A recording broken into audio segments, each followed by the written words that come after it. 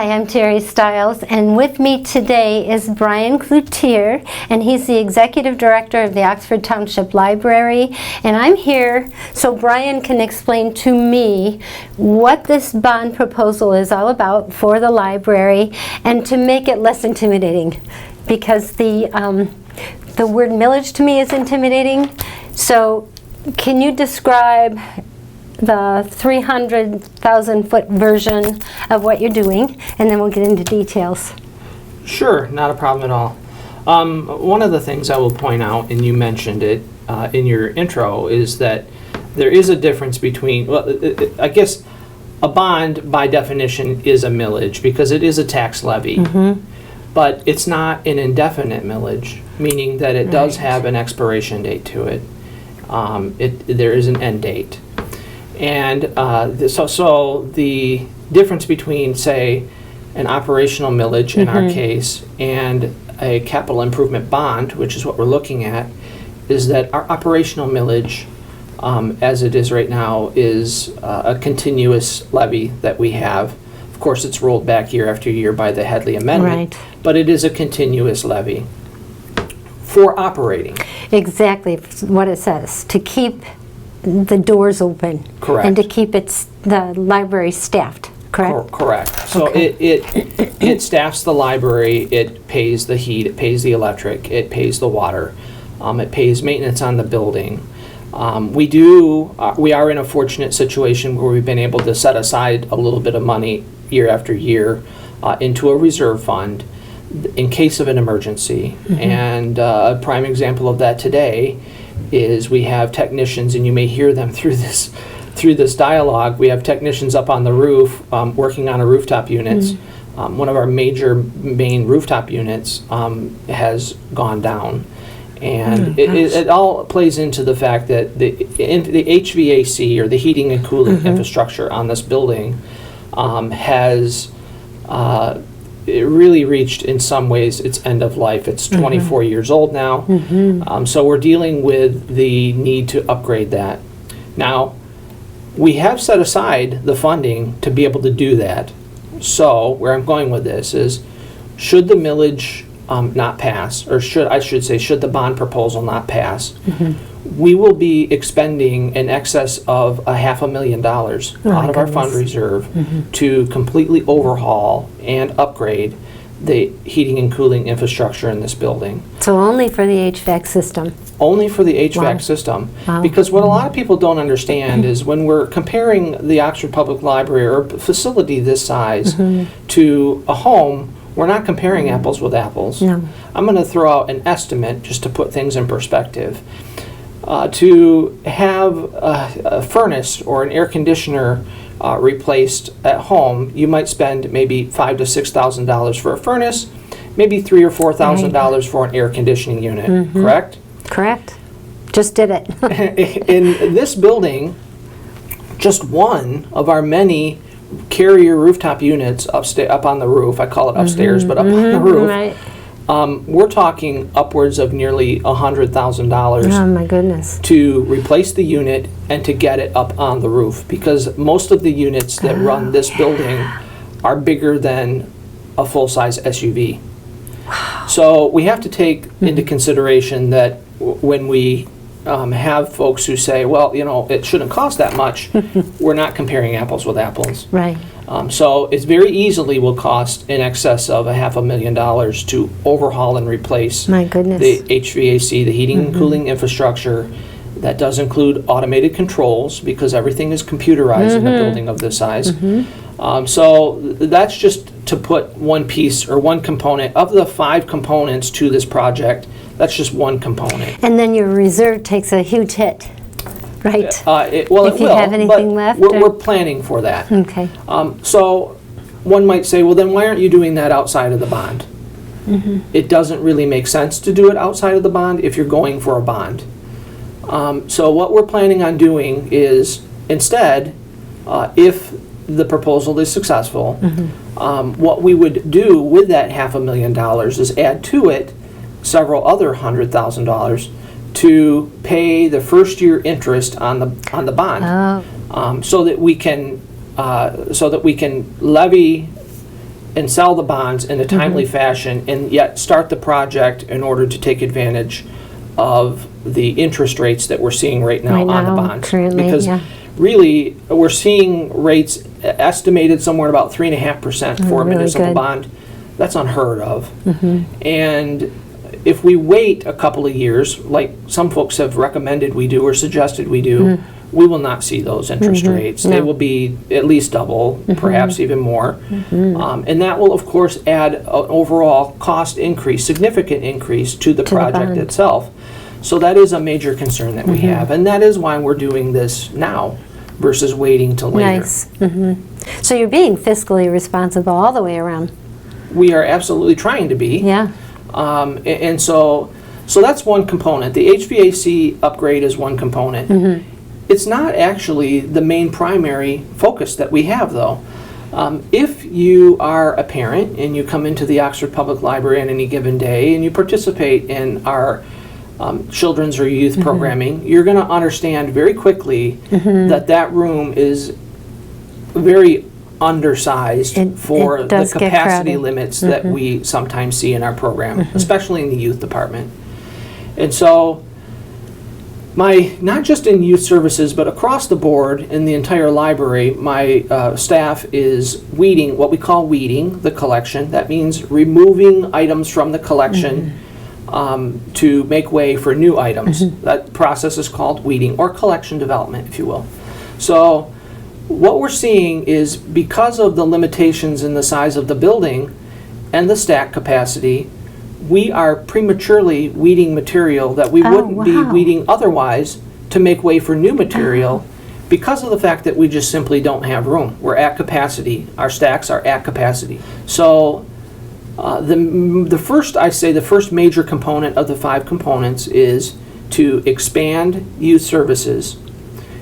In order to do that, however, we need to relocate the children's room from where it is today to where our support services off-desk area is, near the front of the building. Right. And some might say, well, why are you doing that? Why don't you just push out the wall and add onto the children's room where it is? A couple reasons why. One, we have the major transformer, electrical transformer, that runs the entire building right outside the wall of where we would be adding on. Wow. We could move that, but it would be a significant cost, and there would be significant downtime and closure to this building in order to do that. So what we're looking at doing is adding on to the north side of the building, facing Oxford Elementary. Towards the school, right. Absolutely. And then pushing the building more to the back of the building, like the west side of the west side of the building, into what is now our staff parking lot. To make that work, took the original footprint of the building and it spread it out and gave it a more open and airy feeling, and more floor space, actually, believe it or not, usable floor space for children and parents to come in and utilize the early literacy tools that we have available, the special needs collection, and actually play and learn right here at the library. So I did watch the video of the layout that you have on your website, which I will recommend, and I'll put that at the bottom of the screen so people can look at that. And that was one of the first things I noticed, is that the vastness, the elbow room that you had. We are more than doubling the size of the children's room. And you're doubling, I looked at your numbers, and you're doubling in 10 years. You're doubling your programming and your visitations, people coming in. In a lot of cases, you're doubling. Others, you're up 50,000 checkouts, and there's a lot of activity in here. There is.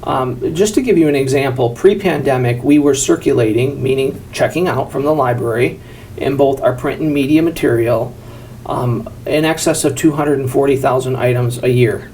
That is a lot for a small town library. Sure is. That is a significant amount for a small town library. And to put things in perspective, because we have assessed how we do things now in in pandemic atmosphere versus pre-pandemic. We're still not out of it. We all know that. There's still a road ahead of us. But that being said, by all the forecasts that we're looking at so far this year, we're anticipating we're going to be meeting 200,000 items checked out perhaps even exceed that. So even in a pandemic world, the library is heavily utilized. A little different than we did pre-pandemic, but it's still utilized. So we see that trend, and we see more and more outside groups now coming back to us to utilize our community room space, to utilize our Wi-Fi, to utilize our electronic resources, especially when we're shifting. A lot of the world is shifting from working in an office, traditional office somewhere, to home. Right. So to be able to come to the public library to do that is a blessing for many people. Now, so the first component is expansion of the Youth Services Department. The second component is to expand the Adult Services Department to include additional quiet study space. Right now we have 2 quiet study rooms that are on a first come, first served basis. I believe, if I'm not mistaken, that we're going to be around 7 quiet study spaces when the new project is completed. That would be both a combination of small group study to like 2 to 4 people on up to 8 to 10 people small board conference rooms that will be available for the public as well. In that same process, we're relocating our boardroom, our executive boardroom that is not really conducive to public access, more into the central part of the building so that when we're not using it for administrative purposes, it will be available to the public. With all the modern technology that we need for modern educational purposes and even presentations and things of that nature, correct. So relocating the computer lab is part of that adult process, and adding a local history and genealogy collection. That's interesting. With archives is part of that adult expansion. So that's part of the 2-prong so far parts of this project. The third component then would be developing a makerspace for the library. Which is? A makerspace it's a multi-purpose, multifaceted learning space from early childhood development to lifelong learning and everything in between. So, for example, it wouldn't be uncommon for maybe a robotics group to reserve our makerspace because it has the tables, it has the flooring, it has the technology the other equipment along with electrical components to be conducive for a robotics group to work in that environment. I mean, really, the sky is the limit here. Nice. We're gonna provide the space, and we're gonna provide basic tools in that space, and then we're gonna work with our other partners around the region to develop funding to build that into really the sky is the limit opportunity for people. So we have adult expansion or youth expansion, adult expansion, makerspace, genealogy. Well, all that is part of that. But the fifth other component is to expand the community room, because right now we have a lot of homeowners associations that do utilize the library for their meetings. And some of those in this community, as the community grows, are quite large in scale. So we want to make sure that we are providing an adequate space to be able to accommodate those growing homeowners associations in this community. And in addition to that, when we break the room into 2, when we divide it into 2, we're going to have the ability to house multiple meetings at the same time, which we do now, but at larger capacity. It gets a little crowded in there. It does. I've been in events that you've had here where it definitely holds the people, but you're elbow to elbow, that's for sure. Absolutely. So nice, that's good. And then the 5th priority is the HVAC, or the heating and cooling infrastructure upgrades and making it more efficient. So those are the 5 major components to this project. And should the voters decide to allow us to do that, we're going to make that happen for them. Now you will be doing a presentation quickly, soon. Yes. For people to come and see, right? The architect is going to be here and do a presentation on the layout? Yes, we've already had 2 what we're calling town hall meetings. I like that. To allow the community to come and voice concerns or to ask questions or to understand really the full scale of what we're trying to accomplish here. And we brought in our architect, and our architect is Seth Penchansky. He's a principal at Daniels and Zermatt Architects in Ann Arbor. So the nice thing in working with Seth on this project is that he was a senior architect in charge of designing this original building under David Milling and Associates back in the 90s, late 90s. So he already understands this building.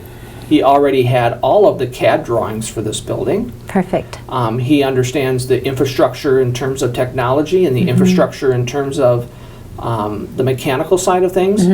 Nice. So it really made sense to bring him back. He was also involved in the expansion of the teen department when Parks and Rec moved out to occupy their new space back in the day. So Seth has a long-standing relationship with us, with our community, with this building, and the natural progression to where we are today just made sense to have him involved in that. So he will be attending these meetings as well, so that he can understand, he can explain better the process, the strategic planning process that we went through to come to where we are today, to determine whether or not we were even going to do this.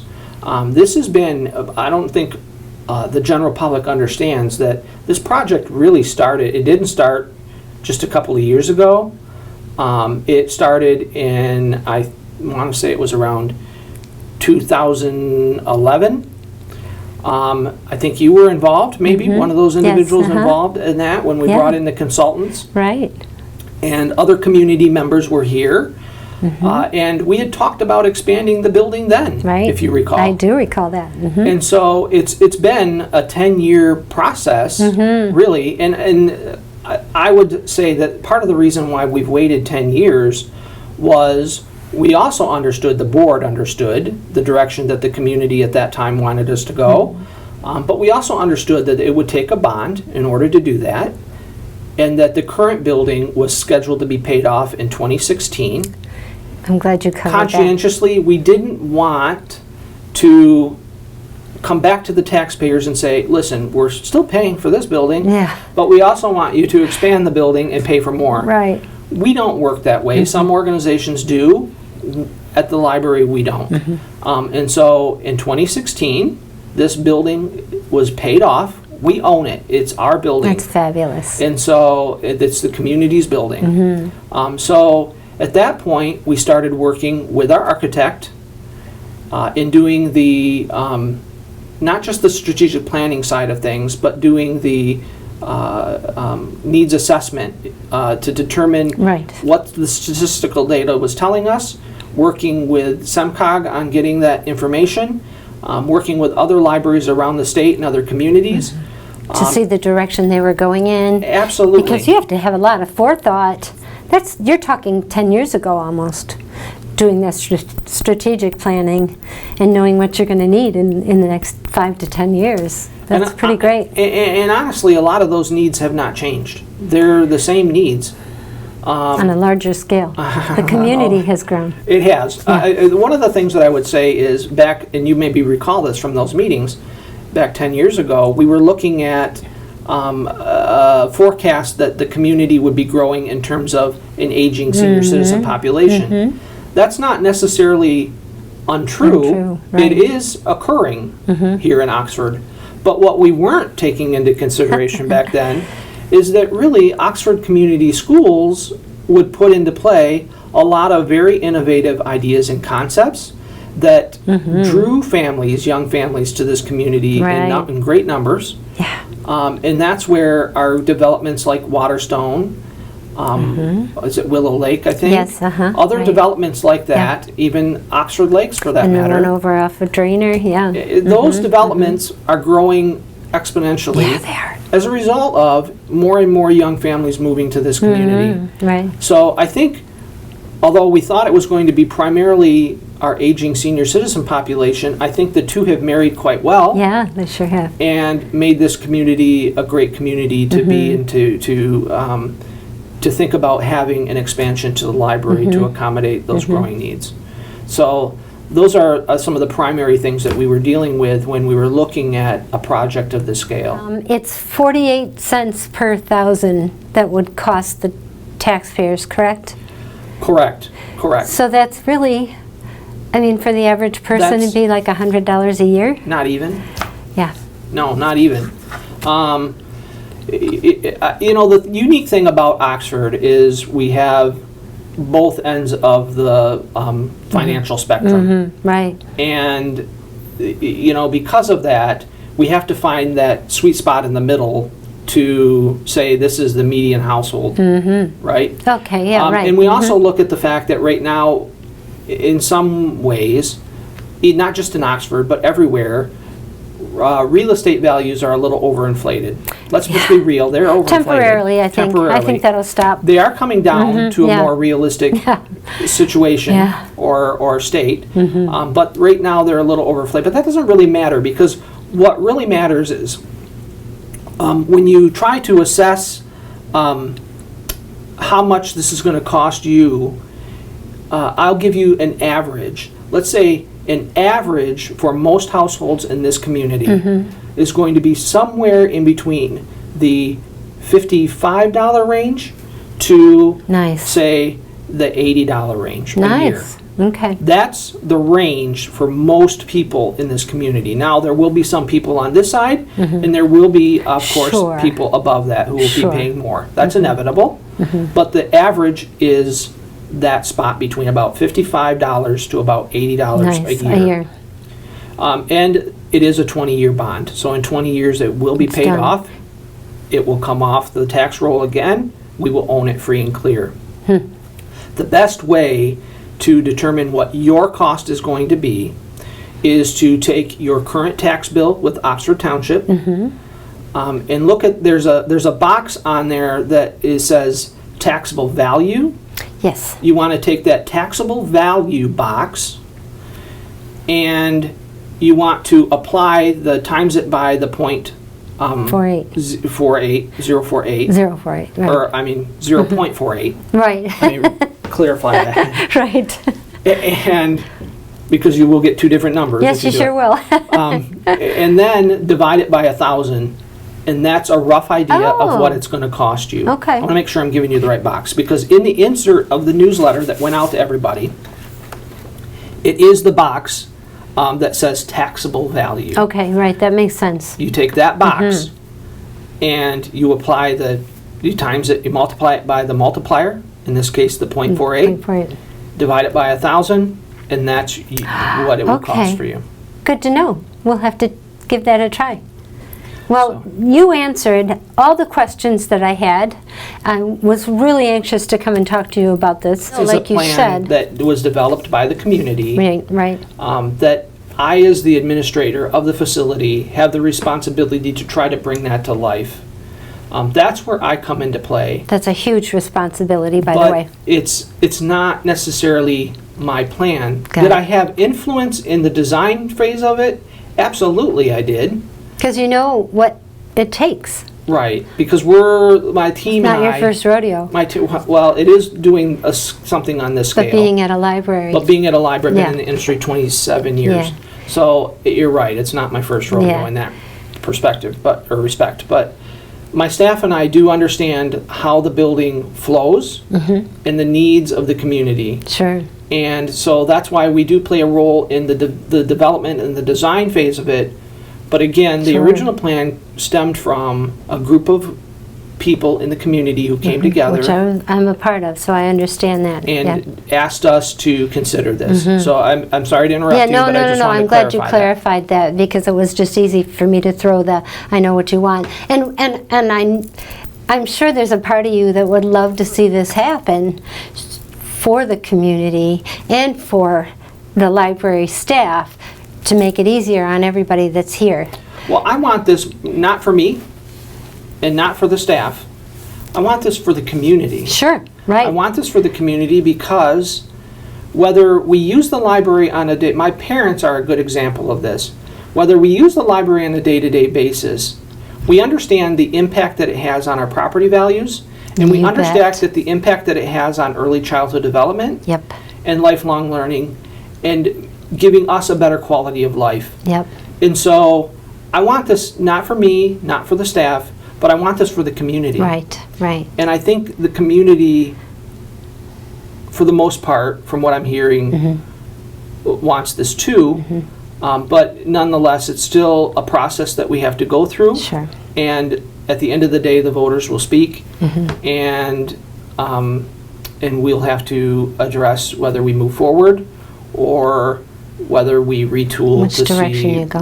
you know, what we can do in the future to try to bring some of these components to light. Because at the end of the day, whether it passes or fails is in the hands of the voter. Right. But we have a responsibility to still look at the services we provide and the needs of the community, and to try to bridge the gap the best we can with the tools we have. Which you are doing a great job, by the way, and have been. It's nice to see the development that's happened here since you've been here. I appreciate that, and my staff does too. And it's all about education, and that's why I'm here. I really want people to understand what they're voting on.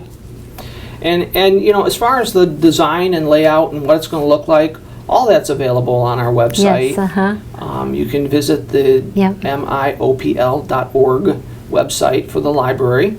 And right on the main page, there are links to a virtual fly-through of what the building will essentially conceptually look like. There's the layout and design. There are all the financial data that you need to make a sound decision. There is the actual ballot proposal itself is there, so you can see what it's going to look like.